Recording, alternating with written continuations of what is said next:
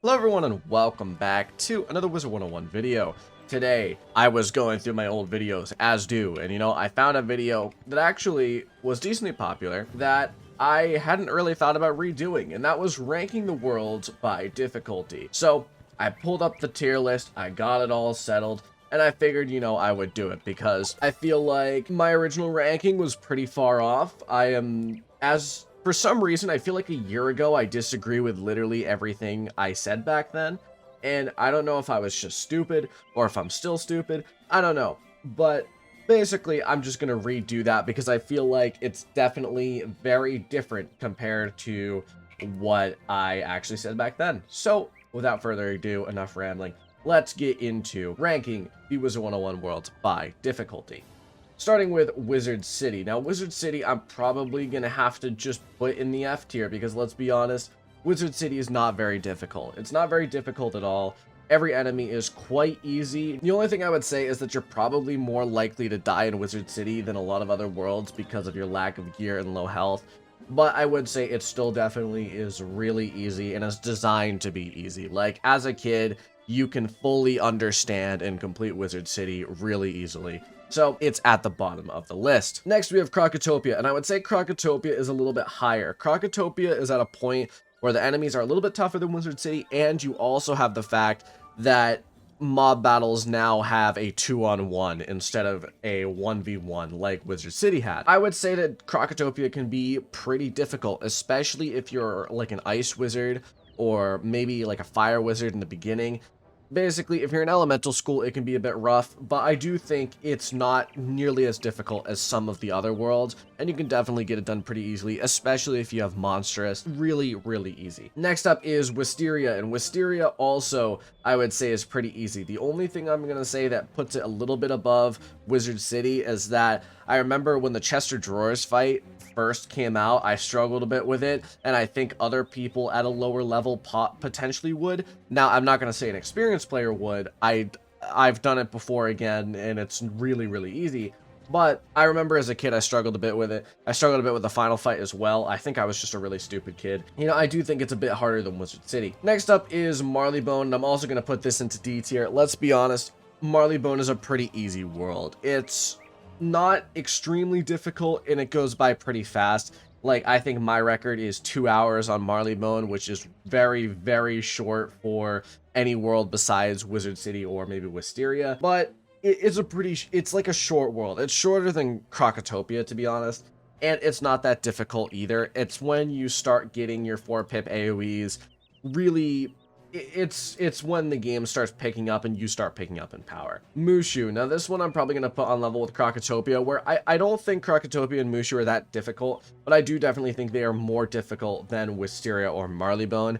They're at a point where they're like encroaching difficulty. Like, they can be a little bit hard, but they're not super hard, and the enemies don't have like a ton of health. It's not that bad. Now, Dragonspyre, in my opinion, is where things in Arc 1 start getting hard. This is an awkward point where you don't really have the best gear in the game yet. You're not that high of a level, and the enemies start getting a bit more difficult. Like, I struggled on my solo balance Let's Play series. My Storms Let's Play series was significantly easier, but there's definitely some difficulty. Like, some bosses have up to 5k health, which if you're doing at level 40, can be quite difficult. I don't think it's like impossible difficult. I'm actually going to move it down a tier. I think B tier is it's definitely more difficult than Krokotopia and Mooshu, and it's encroaching a point where it's like a genuinely difficult world to do, and it can be a bit hard. Next up, we have Grizzleheim and Wintertusk, and for me, this has to go into S tier. Grizzleheim obviously is a bit easy for a few, like some of it, but I would say there is some difficult things, like that tower in, it's not Mercombe Keep, is it? It's Vigorous Rufflands, I think. There's a tower that can be a bit difficult. Ravenscar, obviously, as a whole, is pretty difficult. And then Wintertusk is obviously extremely difficult if you do it at level 44, which most people do it at. Like, I always do it at level 44. So I would say it's one of the most difficult things in this game, especially Wintertusk. It's almost night and day compared to Dragonspyre. Celestia. Now, this one for me is a bit difficult because it really depends on you. If you're like me and you did Wintertusk first, you got up to like level 56, before going into Celestia. Celestia is much more easy, but if you didn't, if you started at level 44, you're probably struggling a bit more. And I would say for that, I'm going to put it into B tier. I think it can be pretty difficult, especially if you didn't do Wintertusk first. But if you did Wintertusk first, it definitely is a lot more bearable, a lot better, and a lot easier of a world. Zafaria. Now, Zafaria is an interesting one because I actually don't think Zafaria is that difficult. I think Zafaria I would put on level with Mooshu and Krokotopia, where the enemies compared to you, because at this point you have either Wintertusk crafted or Waterworks gear, the enemies compared to you are decently weak. Like, their health is really easy to beat, not that difficult of a world. Compared to Celestia, I would say it's a little bit easier because you're at a point where you're a bit stronger now. You probably have around 90 or so damage at this point if you're playing experience-wise.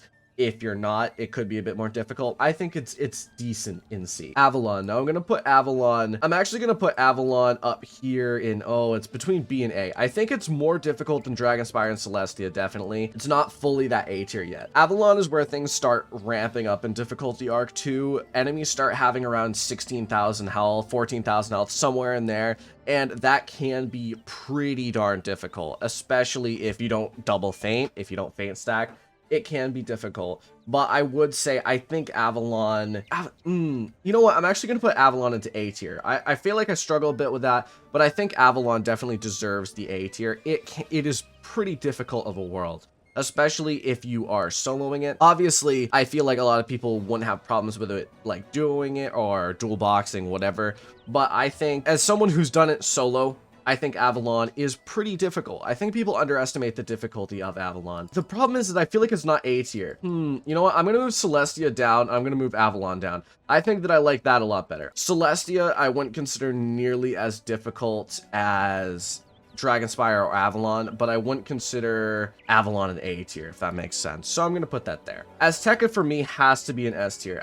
It's without a doubt an S tier. It's insanely long feeling. All the bosses have dual typing and insane amounts of crit. It's just overall painful. Like, I genuinely think Azteca is the hardest world in this game. It's at a point where your gear isn't exactly up to par, I would say, and you feel pretty beaten up in Azteca, especially when a boss brings out that dual typing, especially when it just like randomly will, like a myth will randomly storm owl you for like 4k damage for some reason, and I think it's actually one of the hardest worlds in this game. Next is Aquila, and I think I'm going to put Aquila into A tier because this world genuinely is difficult, especially if you do it at the level that you're assigned. Or level 30, Mount Olympus can be quite rough, considering Zeus has like 4,000 something health, Ares has like almost 4,000 health, Apollo has almost 4,000 health. That's like Dragonspyre plus levels of health at level 30. So it is genuinely difficult. And then Atlantia continues on with this.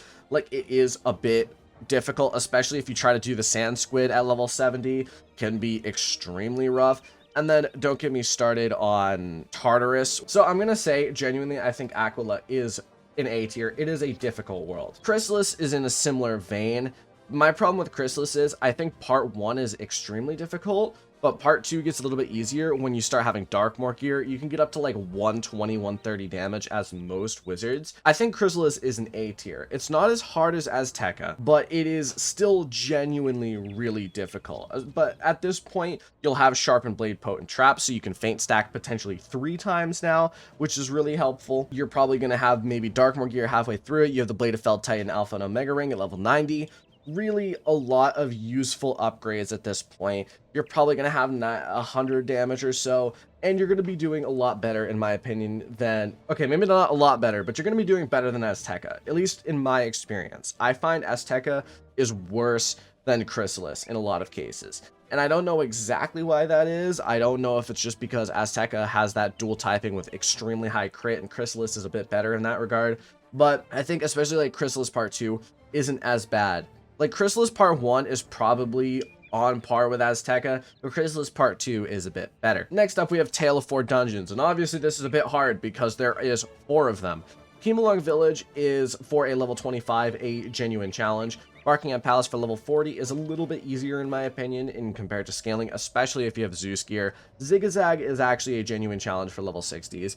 And then finally, you have Darkmoor, which is obviously extremely challenging. So taking an average of these, I'm going to have to put it into A tier. I think Darkmoor is an S, Zigzag is probably around an A, Buckingham Palace is like a C or a D, and then Kimbalung is like a B. So just kind of like somewhere in there, it's like an A or a B tier. I think it's A though, especially like with Darkmoor being like a hard S. Next up, we have Polaris. And Polaris, in terms of difficulty, I'm actually going to drop right down. I think it's a B tier. So what Polaris is for me is they obviously did the reset where most bosses now have around less than 10,000 health, which is really good compared to Khrysalis, obviously. And you have Darkmoor gear at this point, you're probably like 120, 130 damage. Polaris is good. Obviously, it has some challenging bosses though. Like it has that guy that you fight before the Borealis Peaks. I forget what that is. And then you actually have Ratsputin, or the Rat, which is genuinely a difficult fight in my opinion, especially at level 110. Overall, I think Polaris is pretty solid in terms of difficulty. I will say that. Definitely like on par with, say, Avalon or Dragonspyre, but it is definitely a lot easier than Khrysalis and or Azteca.